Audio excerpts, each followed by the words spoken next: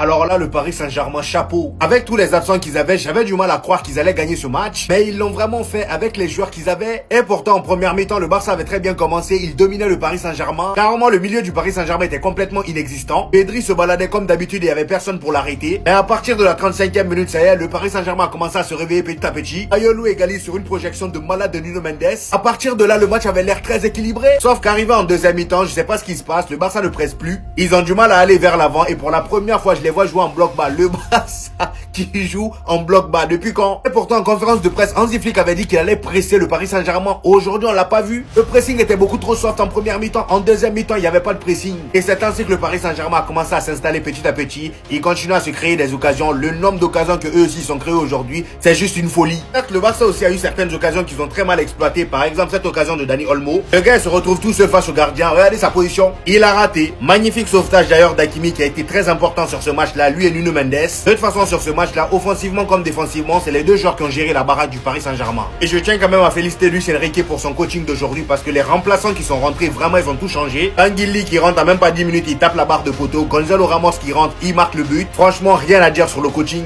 Ils sont juste plus forts que nous. Les gars, vous voulez qu'on dise quoi? Ils sont juste plus forts que nous, pas d'excuses. Rien à dire, on s'est fait poutrer à domicile dans le jeu. On s'est fait torturer de la 30e minute jusqu'à la 92e minute. On s'est fait malaxer, on s'est fait cuire, on s'est fait défoncer. Ce que Enrique a fait à Flick dans ce match, avec une équipe remaniée, avec des titis parisiens, c'est une folie. C'est une dinguerie, c'est une purge. Enrique a tout simplement appris le football au FC Barcelone. Dans le jeu, les gars, on a pris une correction. On s'est fait punir dans nos camps. Le nombre d'actions qu'on s'est procuré, les gars, c'est grave. Dans un match qui commençait très bien, où Yamal régale dès les premières minutes, on met un but sur une perte de balle de Vitinha et une superbe passe de Marcus Rashford. Ferran Torres est buteur. Mais ce but-là, t'as pas le droit de le prendre. Ce but-là, tu n'as pas le droit de le prendre. L'erreur de Koundé et surtout celle de Koubarsi, les gars, c'est interdit. Notre défense s'est fait malaxer par des titis parisiens. Mbaye Mayoulou, bravo, on applaudit. Et encore, le sentiment qui fait mal, c'est qu'on ne sait même pas ce que cette équipe aurait donné s'ils avaient tous leurs joueurs. Avec Vara, avec Doué, avec Dembélé, avec Neves, Vitinha qui n'était pas à 100%. Non, on peut juste s'incliner et dire bien joué, c'est tout. Enfin bref, sinon vous les gars, vous en pensez quoi? Ramenez-vous sur Snap, on s'ennuie. À un moment, les gars, il y a un dossier à ouvrir. À un moment, les gars, on veut bien être patient, mais il y a un dossier à ouvrir. Dani Olmo, qui est un joueur du centre de formation, a été racheté à Leipzig 60 millions. 60 millions et a plus de disaster class au Barça que de masterclass. Déjà qu'il est pas régulier, qu'il se blesse beaucoup. Dans le jeu depuis quelques temps, il est pas bon. Il avait l'action. Il l'avait. Mais comme depuis le début de saison, ça rentre pas. Comme face au Rayo Vallecano où il la rate complètement, là encore c'était cadré. Au poste de numéro 10 au FC Barcelone, les gars, nous avons un vrai problème. Un réel problème. Si Flick doit même repasser en 4-3-3, il a qu'à repasser en 4-3-3. Avec De Jong, Pedri, Casado ou De Jong, Pedri, Bernal, peu importe. Ou même jouer Pedri en 10 dans son 4-2-3-1. Mais Olmo, les gars, moi je veux pas lui tirer dessus, mais c'est plus possible. À un moment, les gars, faut ouvrir son dossier. Encore un gros match où il est fantomatique. Face à l'Inter, il nous a tués. Face au PSG, il a servi à rien. Les gars, il coûte 60 millions. Faut qu'il se réveille. Pedri nous avait dit en début de saison, celui qui va nous surprendre, c'est Dani Olmo. Bah pour l'instant, j'attends, je vois rien. Nous sommes en octobre, je vois rien du tout. 60 millions, les gars, c'est juste frustrant. Vous savez ce qu'on peut faire avec 60 millions? Surtout dans ce FC Barcelone. Enfin bref, sinon vous, les gars, vous en pensez quoi? Ramenez-vous sur Snap, on s'ennuie. Ramenez-lui juste Roberto Carlos.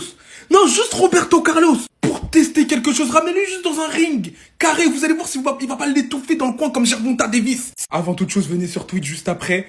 Je vais analyser la Ligue des Champions, il s'est passé des trucs de fou. Bref, venez sur Twitch, rapide. S'il va même inventer des choses, il va commencer à mettre des switches de musique comme Shawn Michael. C'est le meilleur latéral gauche du monde. Et sa prestation me fait dire, est-ce que c'est pas le meilleur latéral gauche de l'histoire? Oui, non, mais moi, c'est bon, là. Il a l'ailier le plus remuant actuellement, là, dans le football moderne. Mais c'est lui qui apporte le plus offensivement au Paris Saint-Germain. Comment t'expliques ça?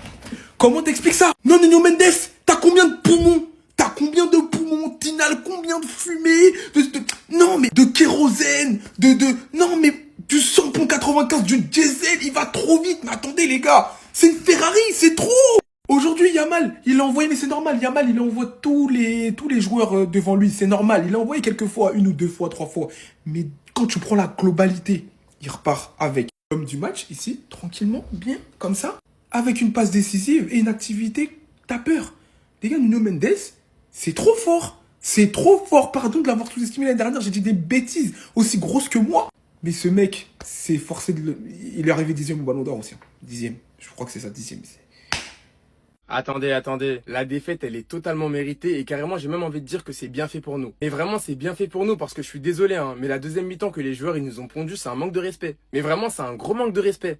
Un match à la base ça dure 90 minutes. En fait aujourd'hui le Barça a joué seulement 45 ou 60 minutes, pas plus. Et encore le 60 minutes là je suis vraiment en train de gratter, on a joué qu'une seule mi-temps. Tu commences le match, tu fais une bonne entame, t'as la possession, t'arrives à effectuer un pressing haut comme Hansi Flick l'avait demandé. Derrière t'arrives à te créer des occasions mais tu manques de réalisme. Et vu le début du match, heureusement que t'arrives à convertir ton temps fort par un but signé Ferran Torres. Parce que je rappelle quand même que juste avant il y a Ferran Torres qui a une occasion qui dribble Chevalier mais malheureusement il la met pas. Il y a eu un sauvetage sur la ligne. Et en plus de ça il y a une action où Pedri récupère le ballon mais derrière t'arrives même pas à conclure par un tir. Et à force d'être un peu trop brouillon, forcément derrière tu prends l'égalisation. T'as Nuno Mendes qui te fait une remontée de balle, il élimine tous les joueurs. Sur l'action t'as Frenkie de Jong qui peut défendre mais comme juste avant il prend un carton, forcément il met pas le pied. Et derrière t'as Mayolu qui va éliminer Kubarsi avec une facilité déconcertante. Carrément, je suis choqué. Derrière, il finit parfaitement et Chesney, il peut rien faire. À la mi-temps, il y avait 1-1 et pour le coup, j'étais archi dégoûté, mais je me disais qu'en deuxième mi-temps, t'allais revenir avec de meilleures intentions. Mais pas du tout. En deuxième mi-temps, le Barça n'a pas joué. Dans les ressorties de balles, les joueurs, ils y arrivaient plus. T'arrives à avoir une occasion qui normalement doit terminer à 100% par un but, mais t'as Olmo qui tire et malheureusement, t'as le joueur du PSG qui la contre. Supplément sur le côté, t'as Koundé qui se fait envoyer comme du n'importe quoi. Et en toute fin de match, en plus de ça, tu prends le but du 2-1. Je suis désolé, mais cette défaite du Barça, elle est totalement méritée. Dans ce match, les joueurs que je vais retenir pour commencer, le premier, c'est Eric Garcia.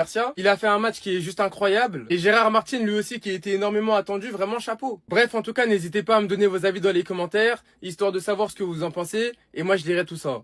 Attendez. Aujourd'hui, le Barça, on a fait un match éclaté. Et oui, vous rêvez pas, je le dis, on a fait un match éclaté. La première mi-temps, elle a été bonne. Mais quand je regarde la deuxième mi-temps, je suis désolé, mais à aucun moment je peux venir vous dire ici, oui, mais on a fait un bon match, ça n'a aucun sens. Mais dans tout ça, les gars, il y a bien une personne que je vais retenir aujourd'hui, c'est Eric Garcia. Parce que Eric Garcia, les gars, le match qu'il a pondu, je suis désolé, mais lui, c'est l'un des rares qui a été bon en première, quand du coup on était bon, et en deuxième mi-temps. Eric Garcia, aujourd'hui, genre, je peux rien lui dire. Le gars, il était partout, genre, c'est du n'importe quoi. Il récupérait des ballons, il relançait. En fait, genre, c'est le seul qui était bon aujourd'hui. Après, attention, car je trouve que Gérard Martin, lui aussi, c'était pas mal. Mais Eric Garcia, vraiment, tout ce que j'ai à dire, moi, c'est chapeau. Le gars, tu le mets en tant que latéral droit, il est bon. Tu le mets dans le double pivot, il est bon. Tu le mets central, il est bon. Le mec, c'est un couteau suisse, il sait jouer à tous les postes. Aujourd'hui, vraiment, il nous a sorti un match de patron. Et heureusement, d'ailleurs, qu'il a rien de grave parce qu'on a vu qu'il était sorti sur blessure. Après le match, en interview, on lui a posé la question. Il a dit, mon remplacement, non, j'étais juste un peu fatigué. Je ressentis une fatigue au niveau des ischio-jambiers. Donc, on espère que demain, on n'aura pas de communiqué comme quoi il va être absent pendant je sais pas combien de temps. Parce que vraiment, aujourd'hui, Eric Garcia, c'est le seul qui a été bon. Bref, en tout cas, n'hésitez pas à me donner vos avis dans les commentaires, histoire de savoir ce que vous en pensez de la performance d'Eric Garcia. Et moi, je lirai tout ça.